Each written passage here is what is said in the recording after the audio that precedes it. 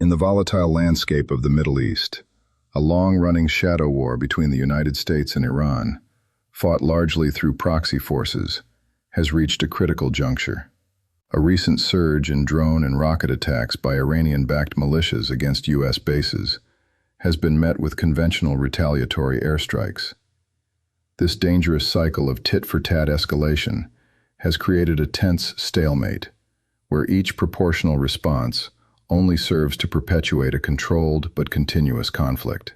The international community watches closely, aware that a single miscalculation could ignite a direct and devastating confrontation between the two nations, fundamentally altering the region's stability. Amid this heightened military readiness and strategic uncertainty, a single deliberate statement has broken the established pattern.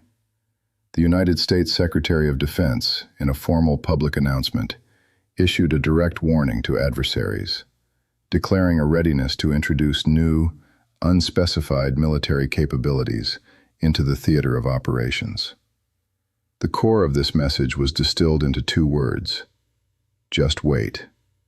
As an analyst focused on military doctrine and geopolitics, my function is to deconstruct such moments, separating the political rhetoric from the tangible shifts in strategy that they represent, providing a clear and contextualized understanding of the underlying mechanics. This declaration is not merely another threat in a long exchange of hostilities.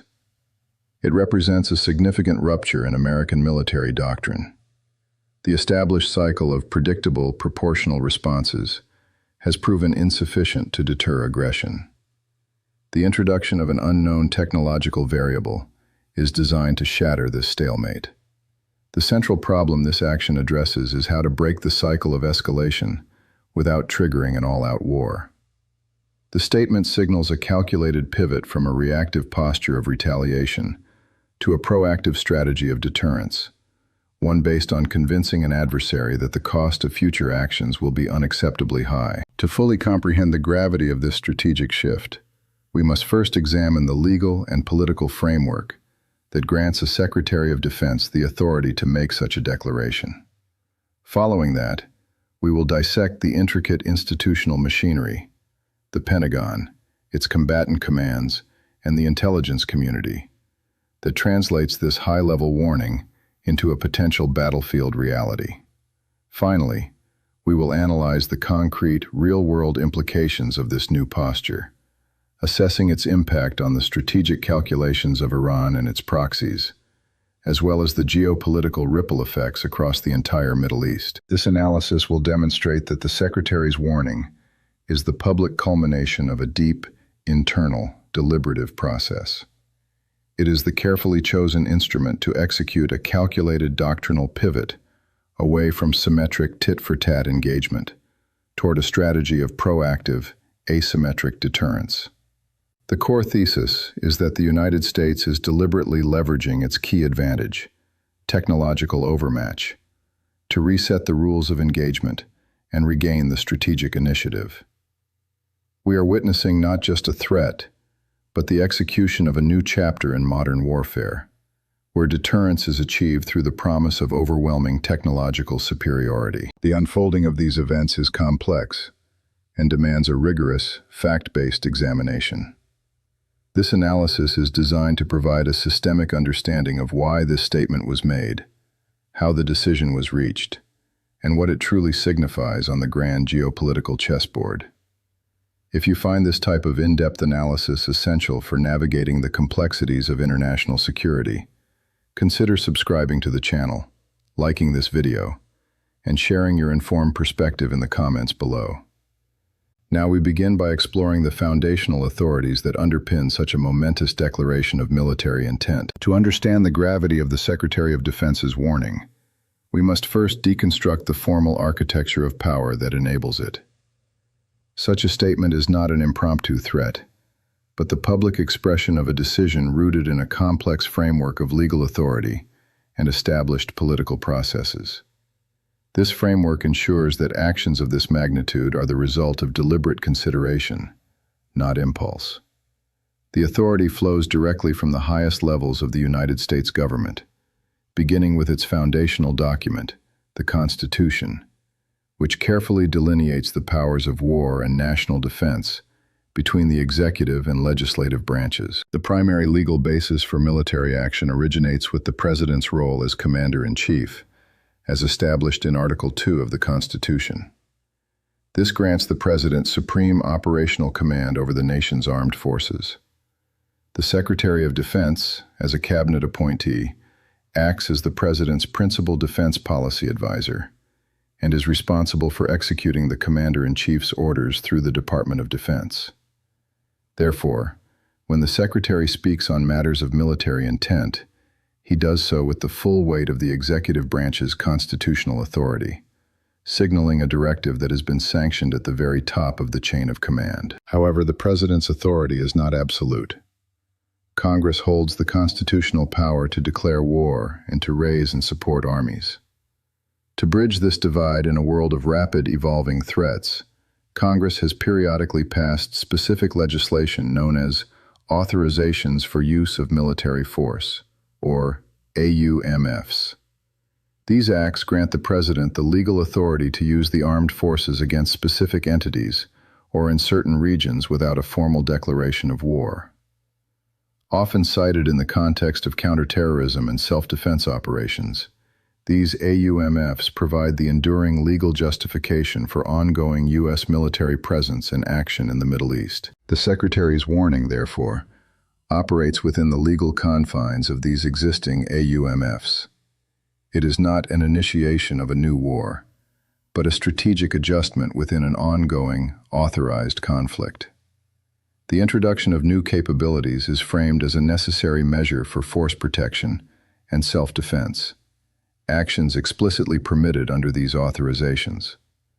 This legal foundation allows the executive branch to adapt its tactics and technologies to counter escalating threats from adversaries like Iran and its proxies, ensuring that its response remains within the bounds of established law, while still being potent enough to serve as a credible deterrent. Beyond the legal framework lies the institutional machinery of decision-making.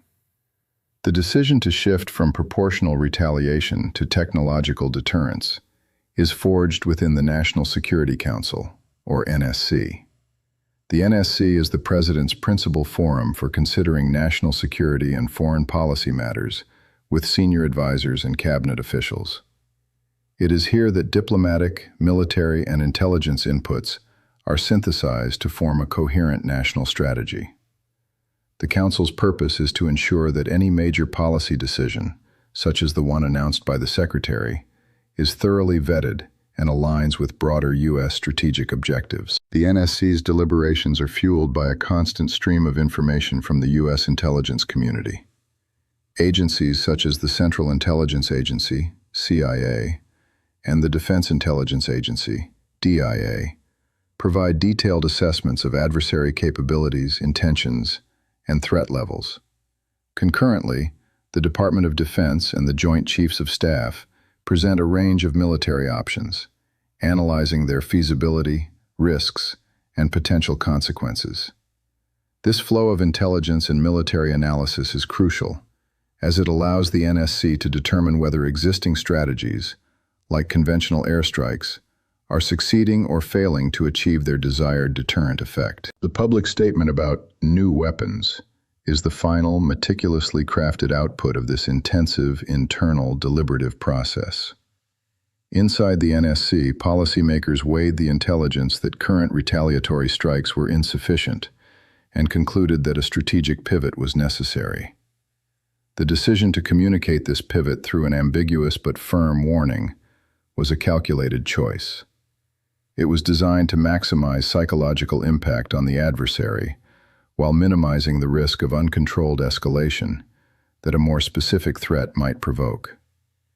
The Secretary of Defense becomes the designated messenger for a policy consensus reached at the highest level of government. This entire action is a direct application of formal military doctrine, specifically the principle of deterrence. Deterrence is not simply about threatening an enemy. It is the strategic art of convincing an adversary that the cost of a potential action will be unacceptably high, thereby persuading them not to take it. The effectiveness of deterrence hinges on three core elements: capability, credibility, and communication. The United States possesses the capability for technological overmatch, and the Secretary's statement serves as the official communication to establish the credibility of its willingness to use that capability. By introducing an unspecified technological variable, the United States is employing a classic pillar of deterrence theory, strategic ambiguity, to create asymmetric risk. An adversary can calculate the cost of a proportional tit-for-tat exchange. However, it cannot accurately calculate the risk of a response from an unknown superior weapon system. This uncertainty is designed to paralyze the enemy's decision-making process, forcing a reassessment of future aggression. The just wait message is the deliberate execution of this doctrine, intended to break the stalemate by fundamentally changing the adversary's perception of the consequences of their actions. With the legal and doctrinal framework established, our focus now shifts to the institutional machinery that translates a high-level strategic decision into a credible military threat. The Department of Defense, commonly known as the Pentagon, is the central engine of this process. It is not merely an administrative headquarters, but a vast, complex organization responsible for the entire life cycle of military power, from research and development to acquisition, training, and deployment. When the Secretary of Defense speaks of new weapons, he is not bluffing. He is serving as the political voice for a tangible operational capability that the Pentagon has cultivated and made ready. The existence of such a capability is the product of years, sometimes decades, of deliberate planning and investment. The Pentagon manages a sprawling network of research laboratories, defense contractors, and specialized agencies tasked with maintaining America's technological edge. A new weapon, ready for the field, has already passed through rigorous stages of design, testing, and evaluation. The Secretary's announcement signifies that a specific system has reached operational maturity, transitioning from a classified development project into a deployable asset. This institutional depth is what gives the warning its substance, ensuring it is backed by real, deliverable military power. The Secretary's statement, therefore, acts as the critical link between political intent and military reality. He represents the culmination of a process where the National Security Council identifies a strategic need, and the Pentagon confirms it has a material solution to meet that need. By making the declaration, the Secretary is formally communicating that the institutional capacity to escalate exists, and the political will to use it has been forged.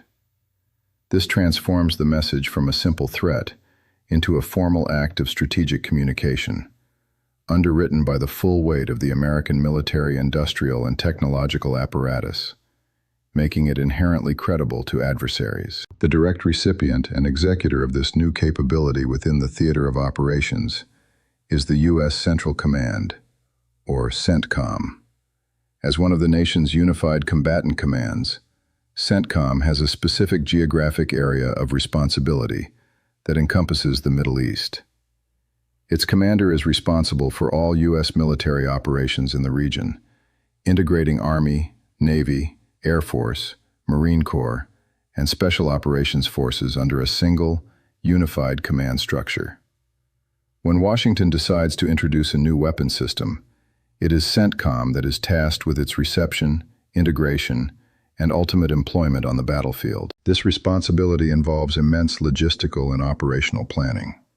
CENTCOM must ensure that the personnel on the ground are trained to operate the new system, that the necessary support infrastructure is in place, and that its use aligns with established rules of engagement and strategic objectives. The command's planners work to seamlessly weave the new capability into existing battle plans, maximizing its effectiveness while minimizing risks to U.S. forces and civilians. The Secretary's warning in Washington is effectively a prelude to a direct order that will flow down the chain of command to CENTCOM headquarters, initiating these complex operational preparations. Furthermore, CENTCOM is not just a passive recipient of orders. It is a vital source of information that shapes policy. The command provides a continuous stream of on-the-ground assessments back to the Pentagon and the Joint Chiefs of Staff. Its evaluation of the ineffectiveness of conventional airstrikes against proxy attacks would have been a crucial data point in the NSC's deliberations. In this sense, the decision to introduce new technology is often a direct response to the operational realities and requirements articulated by the combatant command that is actively engaged in the conflict, completing a critical feedback loop. This entire institutional process is fueled and guided by the intelligence-to-action cycle. The decision to shift strategy is not based on assumption, but on a foundation of meticulously gathered and analyzed information. The U.S. intelligence community, including the Defense Intelligence Agency and the Central Intelligence Agency, is responsible for monitoring the activities of Iran and its proxies. They assess the adversary's capabilities, track attack patterns, and analyze their strategic intentions. This steady flow of intelligence provides the empirical basis upon which policymakers at the NSC and the Pentagon make informed, evidence-based decisions about military posture and action. The conclusion that current tactics were failing was, therefore, an intelligence-driven one. Analysts would have presented evidence to senior leaders showing that the tit-for-tat airstrikes were not achieving the desired deterrent effect, as militias continued their attacks. This threat assessment is the catalyst for change. It highlights a strategic gap, a problem that the existing toolkit cannot solve, and compels the national security apparatus to seek an alternative solution. The announcement of new weapons is the direct institutional response to an intelligence assessment that concluded the status quo had become untenable and dangerous for U.S. personnel. Ultimately, the Secretary's public warning is the culmination of this tightly integrated institutional cycle. Intelligence identified a persistent threat and the failure of the current response.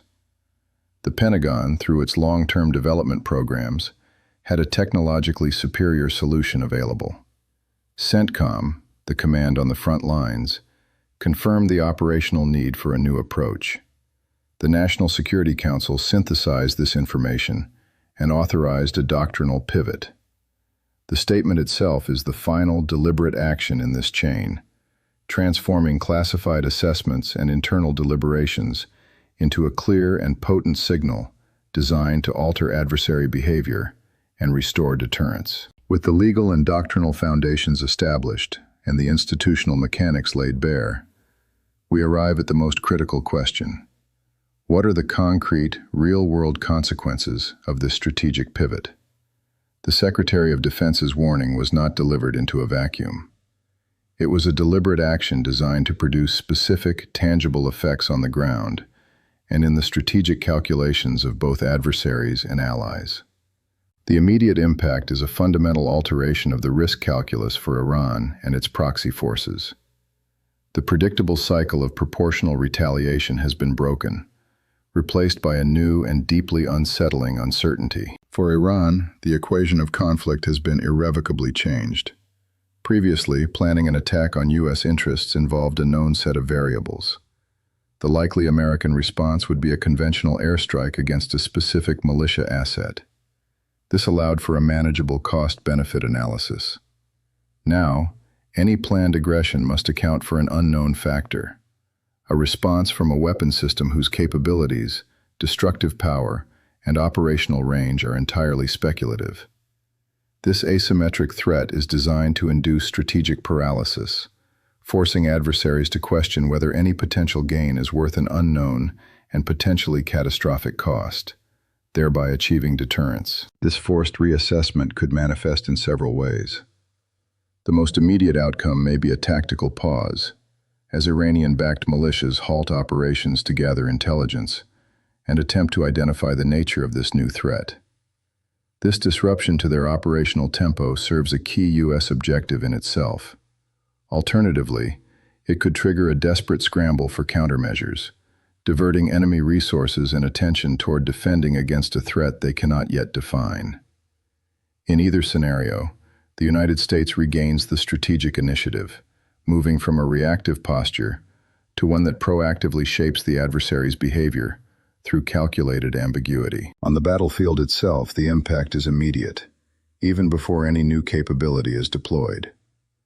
The warning triggers a heightened state of operational readiness.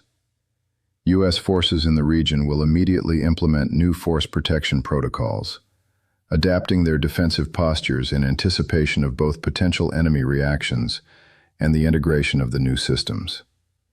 Simultaneously, there will be a surge in intelligence, surveillance, and reconnaissance missions from both sides. The U.S. will monitor for any changes in adversary behavior, while Iran and its proxies will intensify their efforts to detect any sign of the new American technology. This heightened operational tempo extends to the non-physical domains of warfare.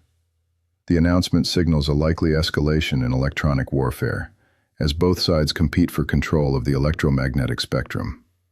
U.S. forces would prepare to deploy and protect the new systems, which may rely on sophisticated data links and guidance systems, while Iranian-backed forces would seek to jam or intercept these signals. The theater of operations becomes a complex digital battleground, where information superiority is just as critical as physical firepower, adding another layer of complexity to an already volatile environment for all actors involved. The geopolitical ripple effects of this declaration extend far beyond the immediate conflict zone. For regional allies of the United States, such as Israel and Saudi Arabia, the statement serves as a powerful reaffirmation of American commitment to regional security. It signals that Washington is willing to leverage its ultimate advantage, technological superiority, to counter shared threats. This can embolden these partners, strengthening their confidence in the U.S. security umbrella, and potentially altering their own strategic posturing toward Iran. The warning is as much a message of reassurance to allies as it is a threat to adversaries. Conversely, the announcement is closely monitored by global rivals like Russia and China. These nations are engaged in their own military modernization programs and are keenly interested in any new American military technology.